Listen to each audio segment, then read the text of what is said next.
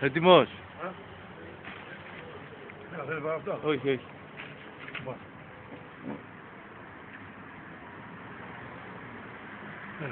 Πάμε, γράφει. Λοιπόν, άκουμε να σου πω.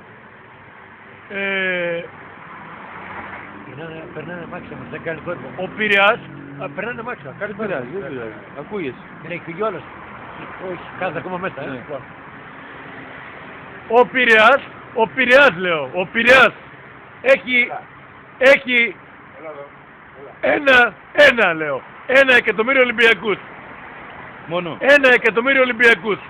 Η Αθήνα, εδώ και κάμποσα χρόνια, η πρωτεύουσα της Ελλάδος, που υπάγεται και αυτή στον Ολυμπιακό και δερβέναγας της Αθήνας είναι Ολυμπιακός, έχει 4 εκατομμύρια Ολυμπιακούς.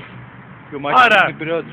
Άρα έχουμε πρωτεύουσα και στην πρωτεύουσα της Ελλάδος η Αθήνα και ο Πειραιάς. Ο Πειραιάς και η Αθήνα. 1 εκατομμύριο Ολυμπιακούς ο Πειραιάς, 4 εκατομμύρια Ολυμπιακούς η Αθήνα. Για να δούμε.